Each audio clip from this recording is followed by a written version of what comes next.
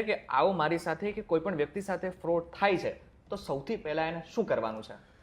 આવો આપનો જેમ કે બેન્કિંગ ફ્રોડ થાય તો સૌથી પહેલાં તો આપણે પહેલાં બેંકમાં જાણ કરવી પડે. એટલે કોઈ પણ ડર્યા વગર પહેલાં તો અમારે ઘણી વખત એવું થતું હોય છે કે જ્યારે આવી ઘટના ઘટે ત્યારે માણસ ડરી જતો હોય છે. કદાચ કોઈકનો વિડીયો થયો તો કદાચ એકદમ ડિપ્રેસ થઈ જતો હોય છે કે આવું શું થઈ ગયું, મારા પરિવારને ખબર પડશે તો શું થશે, અથવા તો મારા સમાજ મને શું કહેશે. બિલકુલ ગભરાવાની જરૂર નથી. બધાને હવે ખબર જ છે, આપણે જાગૃત થવાની જરૂર છે. પહેલાં તો ખોટા વિચારો લાવવાની જરૂર નથી મગજમાં. સરકાર પણ સરસ કામ કરી રહી છે, પોલીસ વિભાગ પણ કામ કરી રહ્યો છે. એટલે આપણે પહેલાં તો ડર્યા વગર પોતાના પરિવારને વાત કહેવી કે ભાઈ હું આ ઘટનાનો ભોગ બન્યો છું.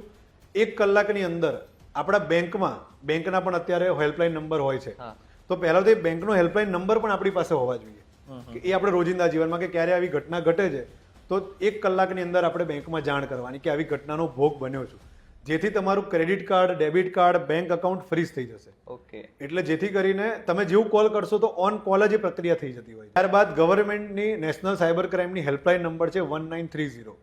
ઓકે. તો આની પર પણ કોલ કરીને આપણે સહેજ પણ ગભરાયા વગર, જો આપની અમાઉન્ટ મોટી હોય અથવા તો કોઈ મોટા પ્રકારનું ફ્રોડ હોય તો 1930 પર ડાયલ કરી કેન્દ્ર સરકારની હેલ્પલાઇન છે એની ઉપર જાણ કરવી જોઈએ.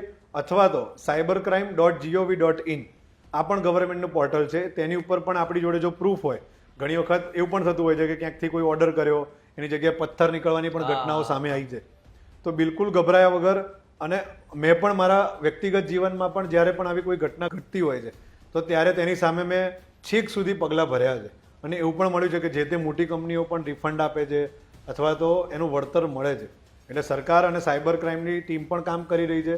સાથે અમારા જેવા સોશિયલ મીડિયા એક્સપર્ટ પણ અમે અવારનવાર અલગ અલગ રીતે માધ્યમોથી પ્રચાર પ્રસાર કરવાનો પ્રયત્ન પણ કરતા આવીએ છીએ. અને મેં કીધું એમ કે આપણે બચવા માટે એક જણ જો વધુમાં વધુ 25-30 લોકો સુધી વાત શેર કરશે તો ઓટોમેટિક આની અવેરનેસ જાગૃત થશે.